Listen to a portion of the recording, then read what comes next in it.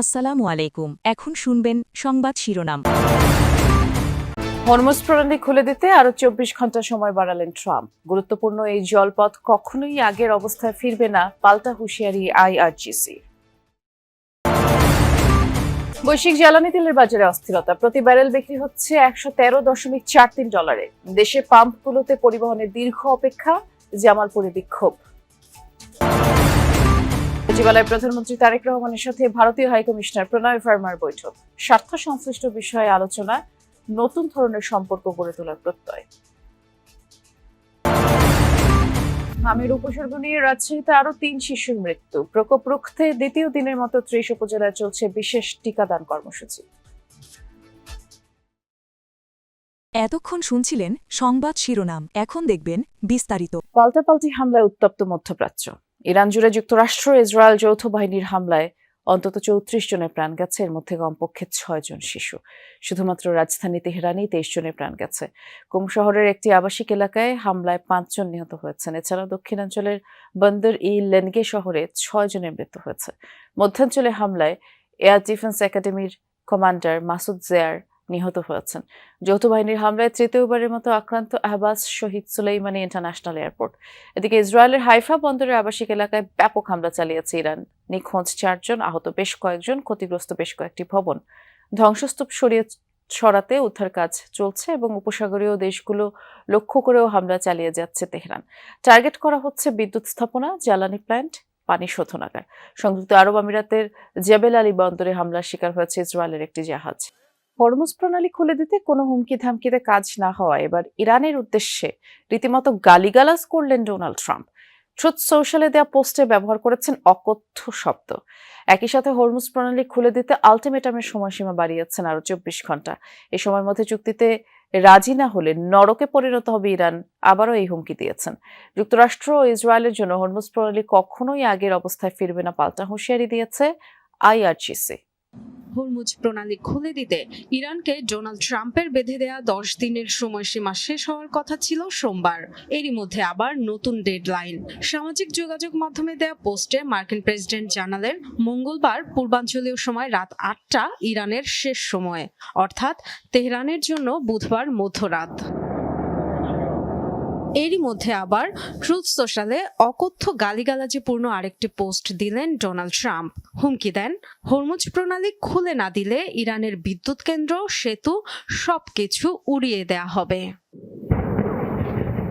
যেভাবে ১ মাসের বেশি সময় ধরে ট্রাম্পের হুমকি ইরানের সাথে যুক্তরাষ্ট্র ইসরায়েলের যুদ্ধের জেরে আন্তর্জাতিক বাজারে অব্যাহত আছে জ্বালানি তেলের দাম বৃদ্ধি। আন্তর্জাতিক বাজারে ব্র্যান্ড ক্রুড ফিউচার্সের দাম ২.২% বেড়েছে, যা প্রায় $২.৫। এর ফলে ব্র্যান্ড ক্রুড বিক্রি হচ্ছে ব্যারেল প্রতি $১১.৪৩। অন্যদিকে যুক্তরাষ্ট্রের ওয়েস্ট টেক্সাস ইন্টারমিডিয়েট তেলের দাম বেড়েছে $৩।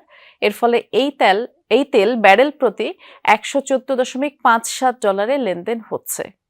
জ্বালানি তেলের জন্য দীর্ঘ সারি এখন চিরচেনা দৃশ্য হয়ে দাঁড়িয়েছে। ২-৩ লিটার তেল নিতে ৩-৪ ঘন্টা অপেক্ষা করতে হয় পাম্পগুলোর সামনে। অনেক ফিলিং স্টেশনেই বেশিরভাগ সময় অক্টেন নেই, এই সাইনবোর্ড টানানো থাকে। রাজধানীতে যেসব ফিলিং স্টেশনে চাহিদা অনুযায়ী তেল সরবরাহ করা হতো, এখানেও রেশনিং পদ্ধতি চালু করা হয়েছে। বেশিরভাগ পাম্পেই গাড়ির জন্য ২,০০০, মোটরসাইকেলের জন্য ৩ থেকে ৫০০ টাকার বেশি তেল দেয়া হচ্ছে না।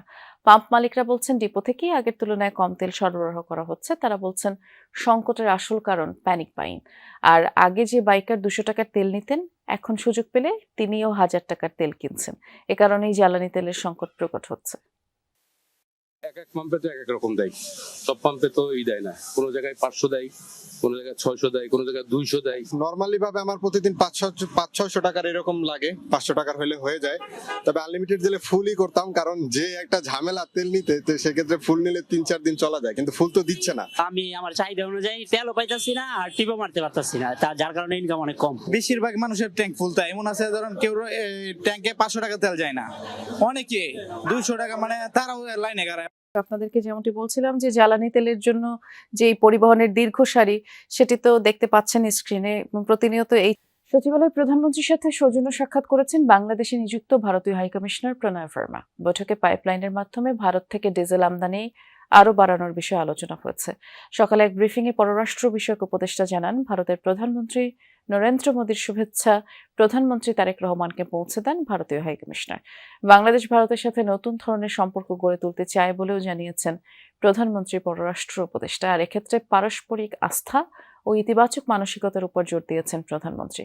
হুমায়ুন কবির আরও বলেন, শেখ হাসিনার বিষয়টি বর্তমানে আইনি প্রক্রিয়াধীন। তিনি বাংলাদেশে রাজনৈতিকভাবে মৃত, তবে বৈঠকে এ নিয়ে বিস্তারিত আলোচনা হয়নি। আর এদিকে ইন্ডিয়ান ওশেন সামিটে অংশ নিতে আগামীকাল মরিশাস সফরে যাচ্ছেন পররাষ্ট্রমন্ত্রী ও প্রধানমন্ত্রী পররাষ্ট্র বিষয়ক উপদেষ্টা।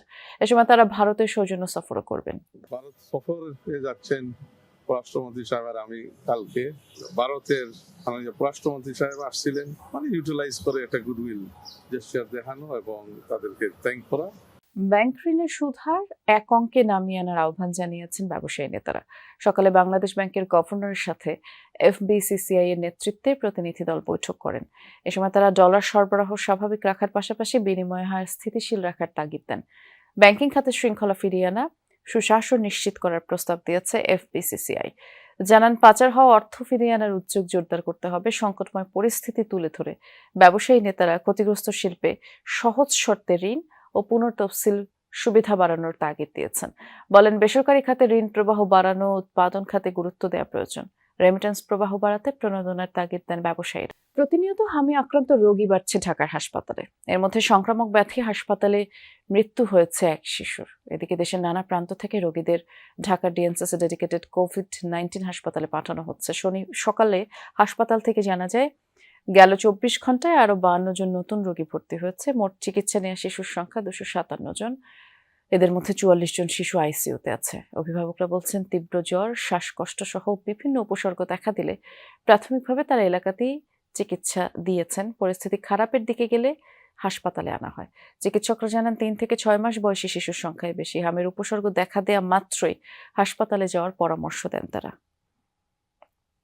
হামের উপসর্গ নিয়ে রাজশাহীর 2টি হাসপাতালে গত 24 ঘন্টায় আরো 3 শিশুর মৃত্যু হয়েছে। এর মধ্যে রাজশাহী মেডিকেলে 2 জন, বেসরকারি সিডিএম হাসপাতালে 1 শিশু মারা গেছে। এ নিয়ে 3 মাসে রাজশাহীতে চিকিৎসাধীন অবস্থায় 48 জনের মৃত্যু হলো। গত 24 ঘন্টায় রাজশাহী মেডিকেলে নতুন রোগী ভর্তি হয়েছে 20 জন, আর চিকিৎসা শেষে হাসপাতাল ছেড়েছেন 5 জন। ময়মনসিংহ, চাঁদপুর, বরিশাল সহ বিভিন্ন জেলার হাসপাতালে হামের উপসর্গ নিয়ে আরও নতুন রোগী ভর্তি হয়েছে।